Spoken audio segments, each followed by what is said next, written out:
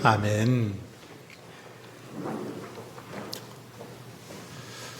성경에는 많은 기적들이 기록되어 있습니다. 아주 놀라운 기적들이 많이 기록되어 있는데, 그런데 이 기적에는 한 가지 공통점이 있습니다.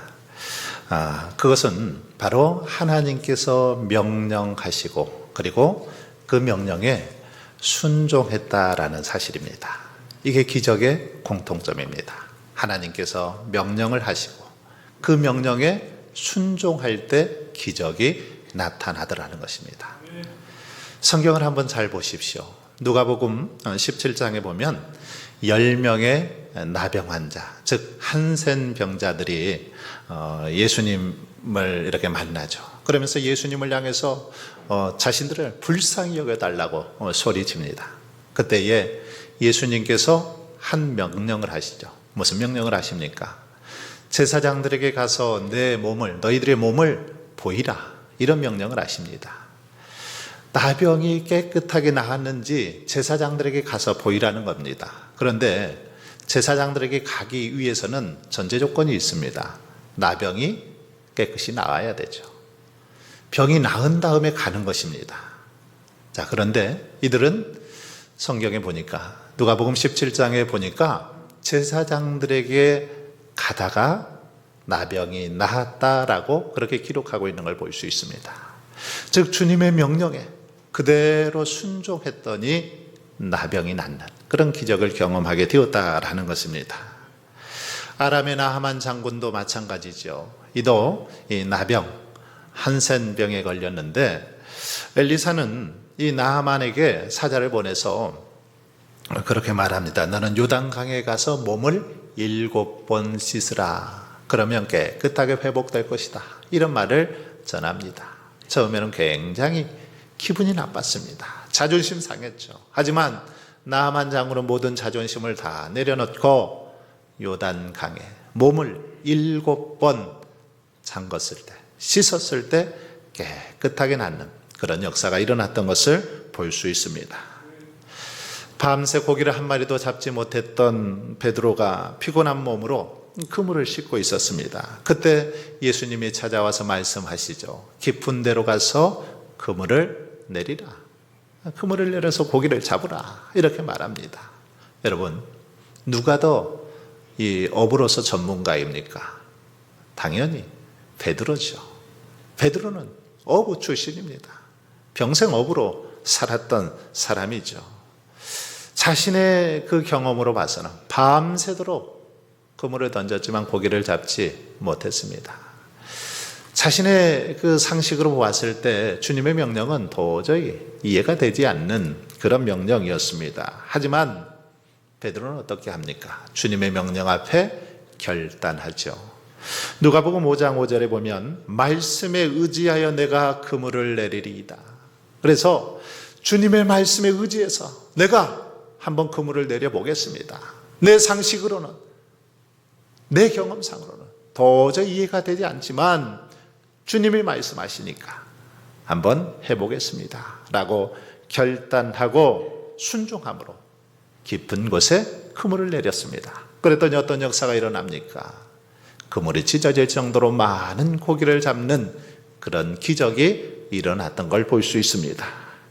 가나의 혼인잔치집에 포도주가 떨어졌습니다. 예수님의 어머니는 하인들에게 그렇게 말하죠. 예수님께서 뭐라고 너희들에게 말하든지 그대로 해라. 그대로 해라. 그렇게 하인들에게 부탁을 합니다.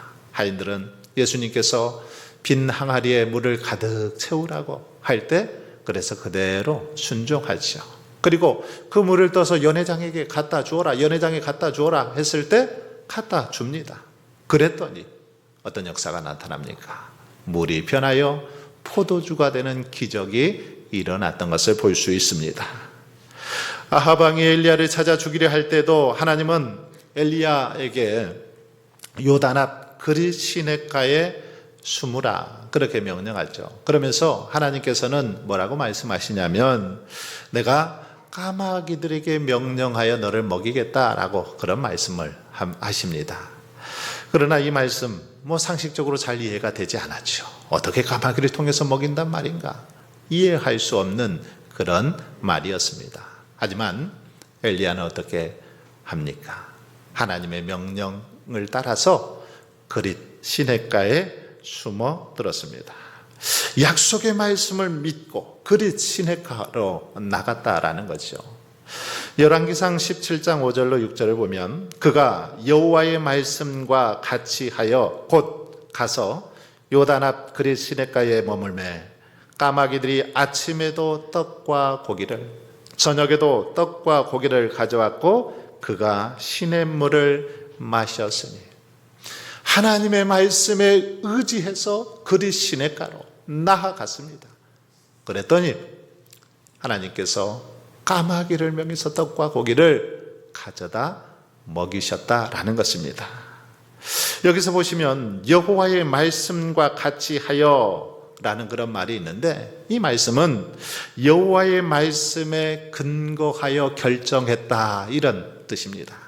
하나님의 말씀에 근거해서 결정했다 이런 말이죠.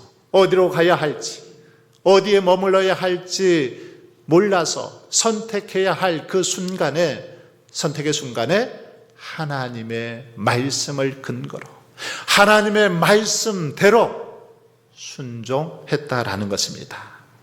엘리야의 사역의 특징은 한마디로 말하면 말씀에 대한 순종이죠. 하나님의 말씀에 철저하게 순종했더니 하나님께서는 그를 통해서 놀라운 일들을 하셨고 또 까마귀를 통해서 먹이시는 그런 기적을 베풀어 주셨습니다.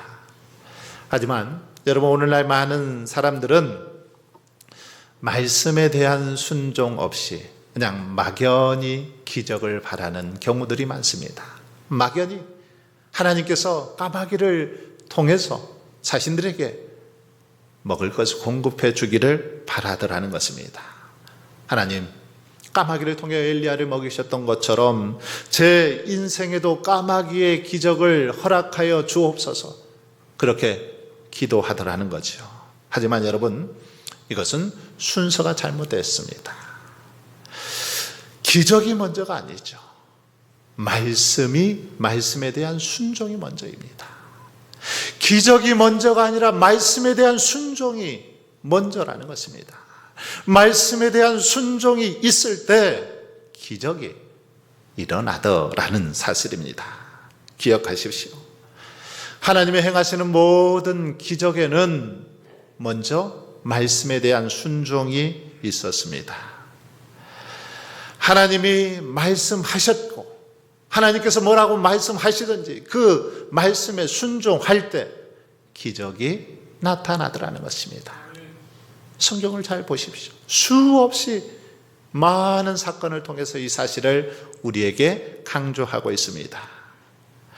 오늘 본문에는 출애굽한 이스라엘 백성들이 광야 40년을 거쳐서 가나안 목전에 서 있는 그런 장면이 나옵니다. 이제 요단강만 건너면은 드디어 약속의 땅에 들어가게 되죠. 이때 하나님께서는 요단을 건너기 앞서서 이스라엘 백성들에게 한 번도 경험하지 못할 그런 길을 걷게 될 것이다 라고 말씀하고 있습니다.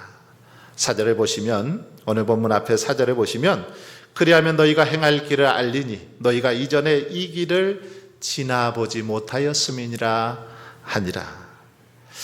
출애굽한 이스라엘 백성들은 지금까지 한 번도 경험해 보지 못한 광야 40년의 인생길을 걸어왔습니다. 그런데 요단강을 건너 가나안 땅에 들어가는 이 길 역시도 이전에 경험해 보지 못한 길이다라고 그렇게 하나님은 말씀하고 있습니다.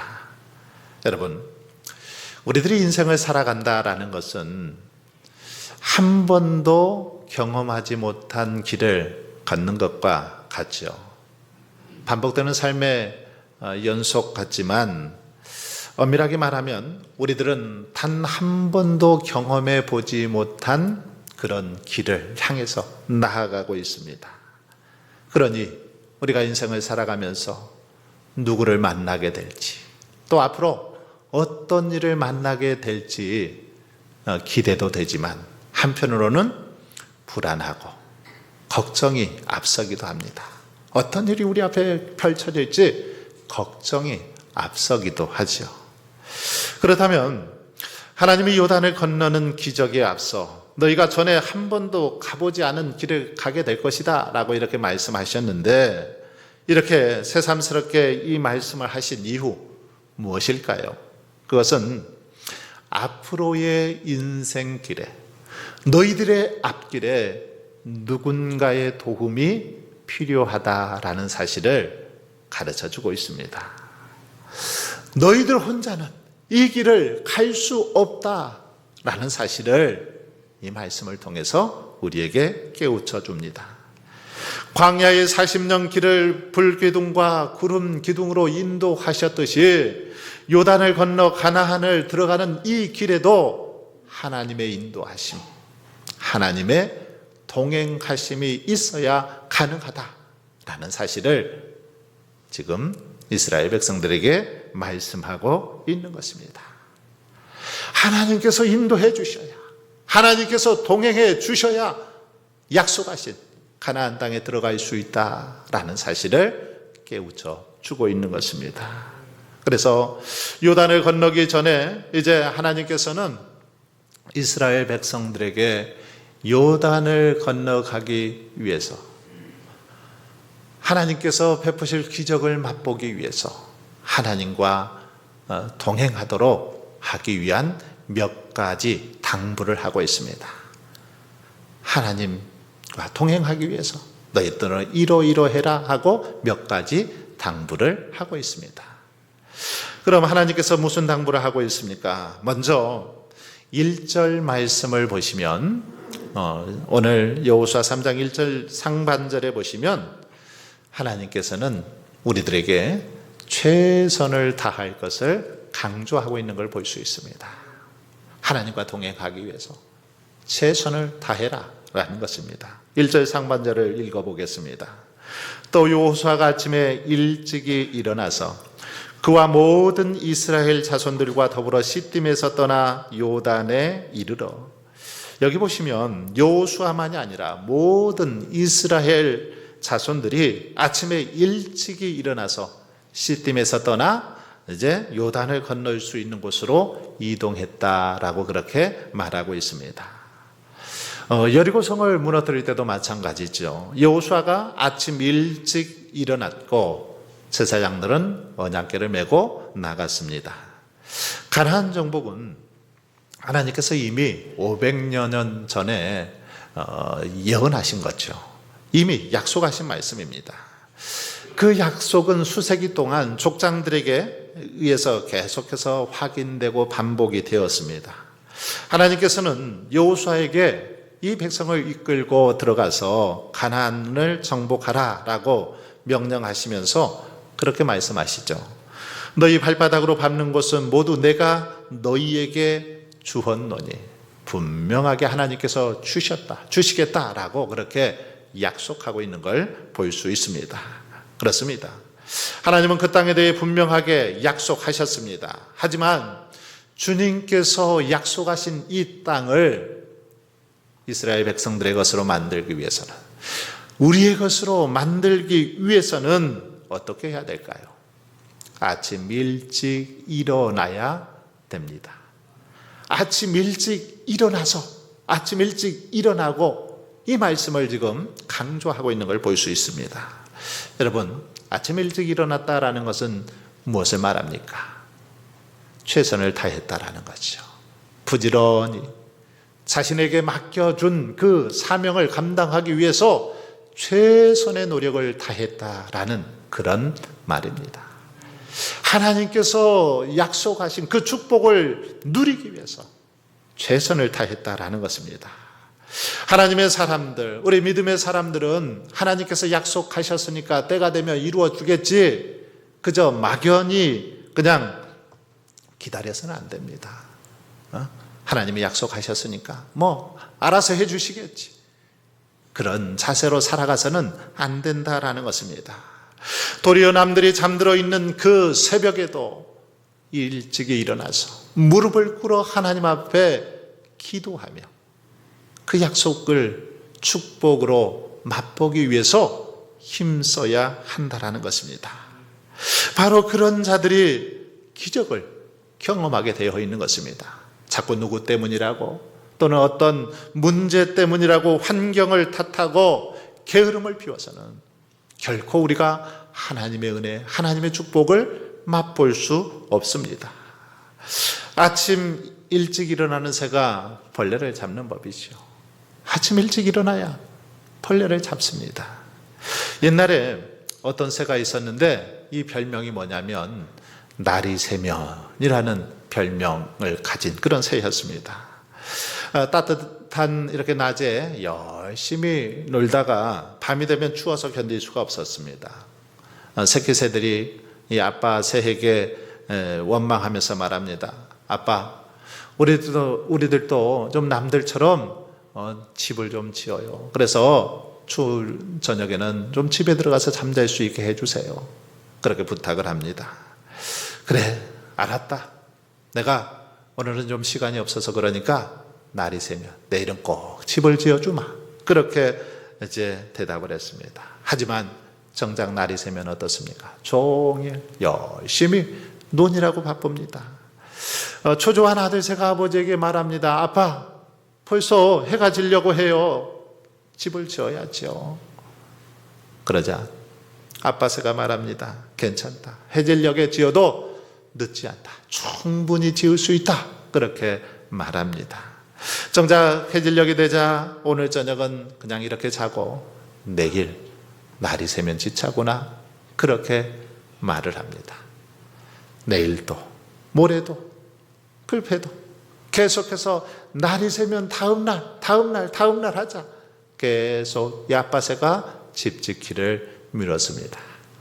그러던 어느 날 갑자기 강추위가 찾아왔습니다. 그만 이 새들 가족은 다 얼어 죽고 말았다라는 그런 이야기가 있습니다. 여러분, 그러므로 저와 여러분은 좀 더 자자, 좀 더 눕자, 게으름을 피우지 말고 바로 오늘 지금 이 순간 우리에게 맡겨진 일에 최선을 다할 수 있기를 바랍니다. 게으르지 말고 부지런하여 열심을 품고 주를 섬길 수 있기를 바랍니다.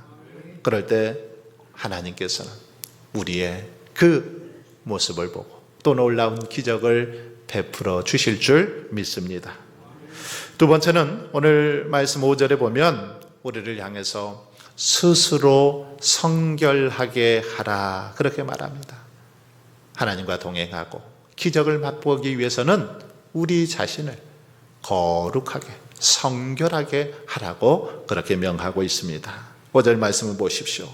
여호수아가 또 백성에게 이르되 너희는 자신을 성결하게 하라. 여호와께서 내일 너희 가운데에 기이한 일들을 행하시리라. 기적은 누가 행하십니까? 거룩한 하나님이 행하시죠. 그러므로 우리들은 거룩한 하나님이 우리 안에 자유롭게 역사할 수 있도록 우리 자신을 거룩하게 해야 합니다.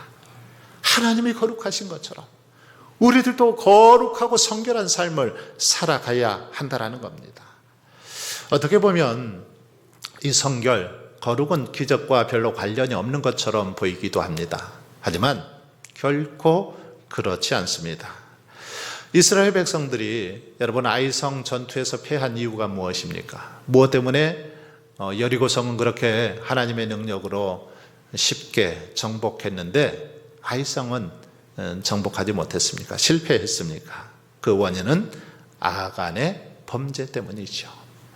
하나님은 아간의 범죄로 인해서 아이성 전투에서 패하게 했는데 이때에 그런 말씀을 하시죠.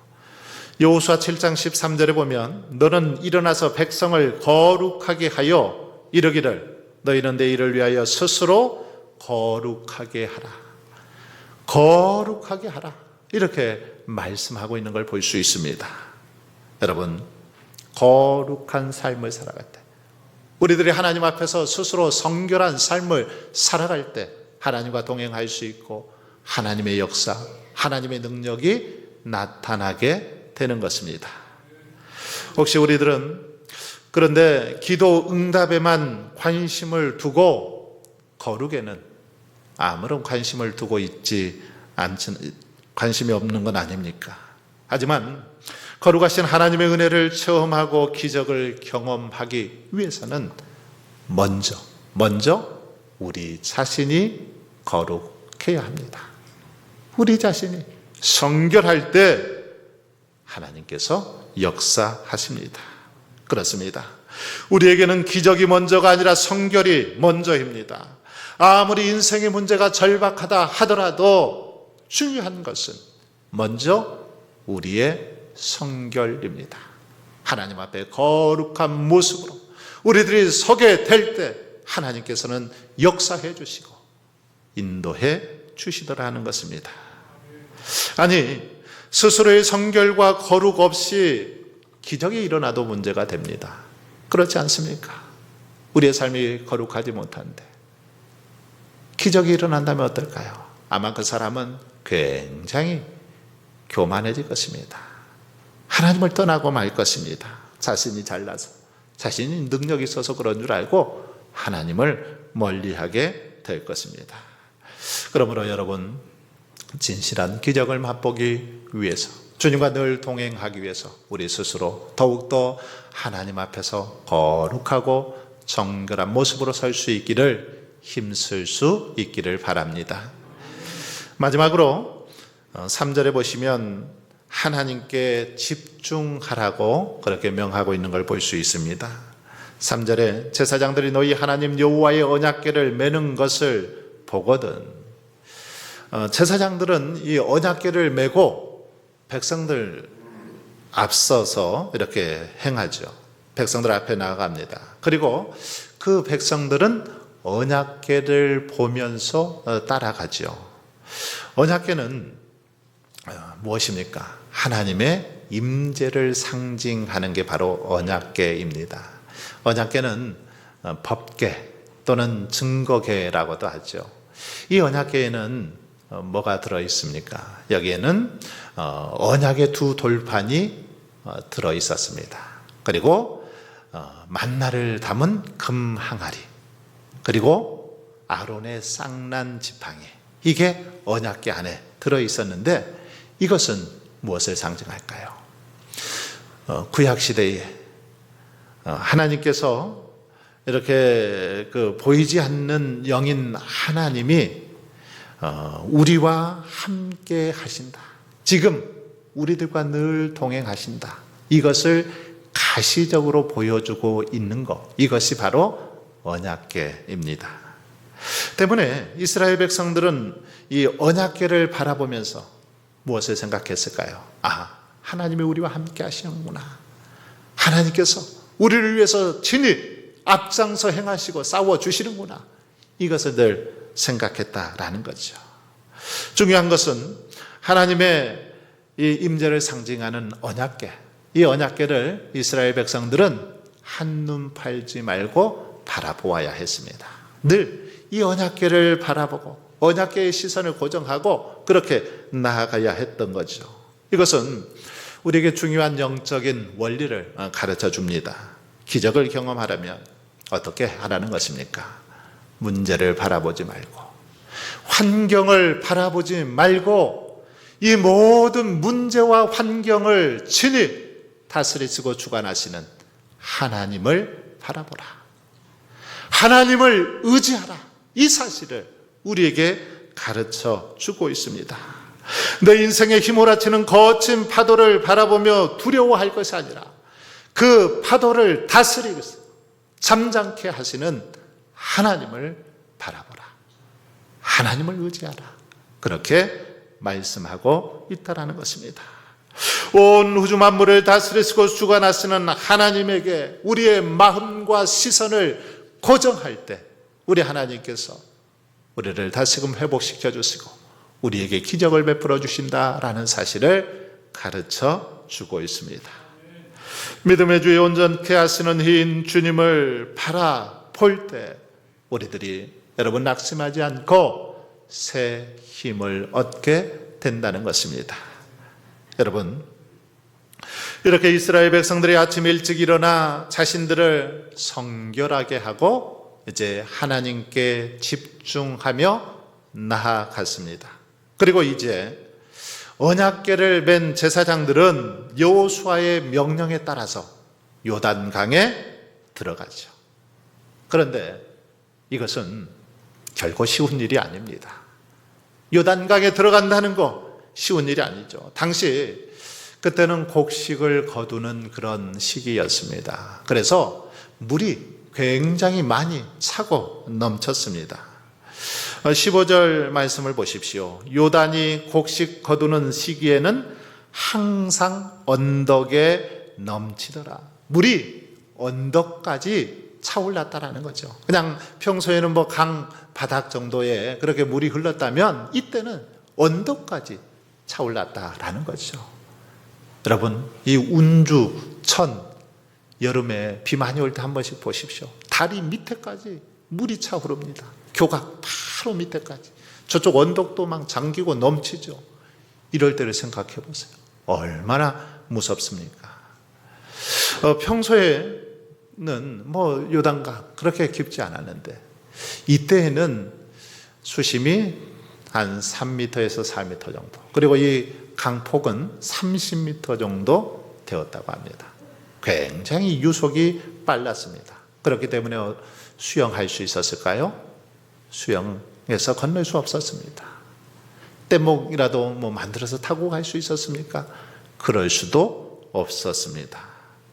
그런데 바로 이런 상황에서 제사장들은 요단강 안으로 언약궤를 메고 자신들의 발을 먼저 들여놓는 걸 볼 수 있습니다. 넘실대는 그 요단강에 자신의 발을 들여놓았습니다. 그런데 바로 그때에 기적이 일어났습니다. 15절로 16절을 보시면 궤를 맨 자들이 요단에 이르며 궤를 맨 제사장들의 발이 물가에 잠기자 곧 위에서 흘러내리던 물이 그쳐서, 제사장들의 발이 물속에 잠기자 그때부터 흐르던 물이 멈춰서더라는 그런 말씀입니다. 그렇습니다. 언약궤를 맨 제사장들의 발이 강물에 잠겼어요. 그들이 순종했을 때 놀라운 역사가 일어났다라는 것입니다. 제사장들은 언약궤를 메고 요단 한가운데 이제 굳게 서 있었습니다. 그리고 모든 이 백성들이 건너기까지 그 자리에 있었죠. 위에서부터 흐르던 물, 그렇게 막 엄청나게 흐르던 물이 딱 멈춰선 거죠. 그리고 이제 200만이 넘는 백성들이 요단강을 건너게 됩니다.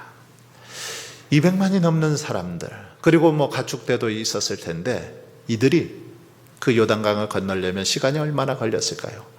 200만 명. 감히 뭐 상상이 되지 않는 숫자죠. 이 숫자가 건너기 위해서는 이 지파별로 이렇게 행군을 하면서 건너기 위해서는 적어도 반나절 이상은 걸렸을 것이라고 그렇게 학자들은 말합니다. 그런데 제사장들은 언약궤를 메고 흉흉한 그 물결을 바라보면서 굳게 그 자리에 서 있었다라는 것입니다. 백성들이 다 건널 때까지 묵묵히 그 자리를 지키며 서 있었습니다. 이것은 결코 쉬운 일이 아니죠. 만일 둑처럼 쌓여있던 만약에 강물이 그냥 한 번에 다시 흐르게 되면 어떻게 될까요? 순식간에 자기들은 다 그 물살에 떠내려가서 죽고 말 것입니다. 하지만 그들은 마지막 사람이 건널 때까지 흔들리지 않고 요단강 가운데 굳게 서 있었다라고 그렇게 말씀하고 있습니다. 바로 여러분, 이런 제사장들의 헌신이 있었기 때문에 그 요단강을 마른 땅처럼 건널 수 있었던 것입니다. 제사장들의 이런 믿음과 헌신, 순종의 믿음이 있었기 때문에 요단강을 마른 땅처럼 건넜습니다. 여러분, 우리 교회에도 이렇게 헌신하는 분들이 있습니다. 때로는 많은 핍박, 모함, 또 오해를 사면서도 묵묵히 자신에게 맡겨주신 사명을 감당하는 분들이 있습니다. 때로는 물질의 손해를 감수하면서까지 오랜 시간 동안 헌신하는 그런 분들이 있습니다. 하나님은 여러분, 그분들의 묵묵한 헌신을 통해서 놀라운 기적을 행하셨습니다. 바로 그런 믿음에 우리 사람들이 있었기 때문에, 헌신하는 분들이 있었기 때문에 여러분, 오늘 이곳에 이렇게 아름다운 운주교회가 설 수 있었습니다. 많은 이들의 충성, 순종, 헌신이 있었기 때문에 이렇게 우리가 마음껏 하나님을 예배하고 섬길 수 있게 되었다라는 것입니다. 사랑하는 성도 여러분, 기적, 이 기적은 결코 그냥 오지 않습니다. 하나님은 전능하시기 때문에 혼자서도 다 하실 수 있죠. 그렇지 않습니까? 말씀으로 우주 만물을 창조하신 하나님께서 뭐든지 다 하실 수 있습니다. 하지만 그럼에도 불구하고 하나님께서는 우리의, 저와 여러분의 순종을 보길 원하십니다. 저와 여러분의 헌신을 통해서 기적을 일으키기를 원하신다라는 것입니다. 그러므로 사랑하는 성도 여러분, 저와 여러분이 더욱더 하나님 앞에 순종하고 헌신함으로 정말 우리의 삶을 통해서 이 땅에 하나님의 놀라운 기적들이, 또 우리 교회 안에, 우리 가정 안에, 우리의 일터 가운데 하나님의 놀라운 기적들이 더욱더 가득 차고 넘쳐날 수 있기를 바랍니다.